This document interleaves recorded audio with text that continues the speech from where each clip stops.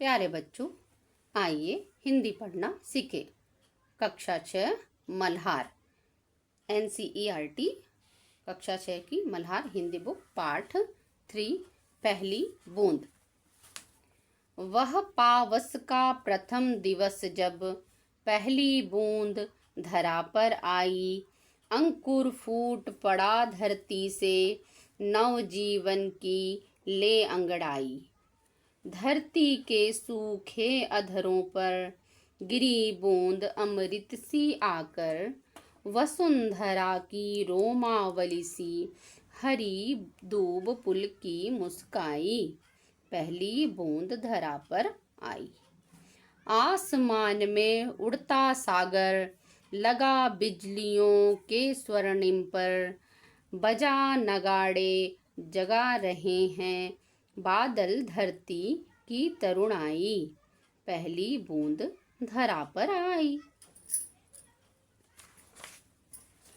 नीले नयनों सा यह अंबर, काली पुतली से ये जलधर, करुणा विगलित अश्रु बहाकर धरती की चिर प्यास बुझाई।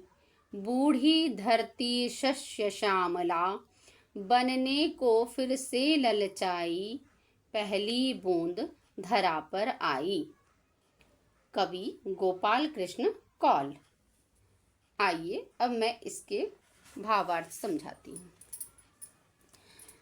पहली बूंद का अर्थ है पहली बारिश या पहले बारिश की पहली बूंद।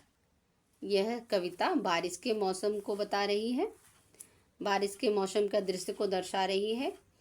यह पावस का प्रथम दिवस जब, पावस बारिश के मौसम को कहते हैं। पहली बूंद धरा पर आई।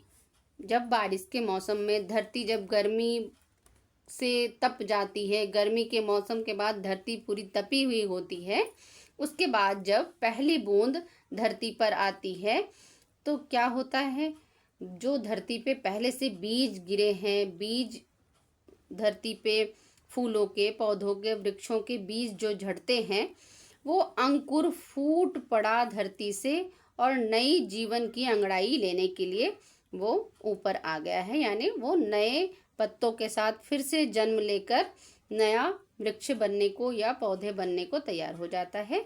धरती के सूखे अधरों पर, अधर का अर्थ होता है होंठ, ओठ। गिरी बूंद अमृत सी आकर, और जब बहुत सूखी धरती रहती है और पहला बूंद जब गिरता है, पहली बूंद जब गिरती है तो वो अमृत के समान लगती है। वसुंधरा की रोमावली सी हरी दूब पुल की मुस्काई। जैसे मनुष्य के शरीर पे रोए होते हैं, उसी प्रकार जब वसुंधरा पर पहली बूंद की अमृत गिरती है तो सूखे सूखे जो दूब रहते हैं, आपने देखा होगा बच्चों, पीले पीले दूब जो होते हैं वो सूख जाते हैं। वो जब पहली बूंद धरा पर आती है, पहला बारिश जब होता है तो वह धीरे धीरे उनमें नए पत्ते आने लगते हैं और वो पीले पीले दूब हरे दूब में बदल जाते हैं। पहली बूंद धरा पर आई। आसमान में उड़ता सागर, और जब बारिश होती है तो बादल ऐसे दिखते हैं जैसे आसमान में सागर उड़ रहा हो। लगा बिजलियों के स्वर्णिम पर, और बिजली ऐसे चमकते हैं जैसे समझो आसमान में सोने चमक रहे हों, सोना यानी आभूषण। बजा नगाड़े जगा रहे हैं, और बादल गरज गरज कर ऐसे जगाते हैं जैसे मानो कोई नगाड़े बजा रहा हो। नगाड़े का शोर, बादल के गरजने की आवाज आपने सुनी है ना, वो कैसी आवाज होती है, जैसे नगाड़े बजने की आवाज। बादल धरती की तरुणाई। तरुणाई का अर्थ होता है फिर से जवान होना, तरुण मतलब तरुणाई। पहली बूंद धरा पर आई, और फिर से पहली बूंद धरा पर आने के बाद कवि बता रहे हैं, नीले नयनों सा यह अंबर। अंबर आकाश का पर्यायवाची शब्द है, नयन यानी आंख। नीले नयनों सा यह अंबर, काली पुतली से ये जलधर, जलधर बादल का पर्यायवाची शब्द है ना। तो आंख में, हमारी आंखों में जैसे पुतली होती है, वैसे ही बादल आसमान में, नीले आंखों पे बादल जो है वो पुतली के समान दिखाई दे रहा है, जलधर अर्थात बादल।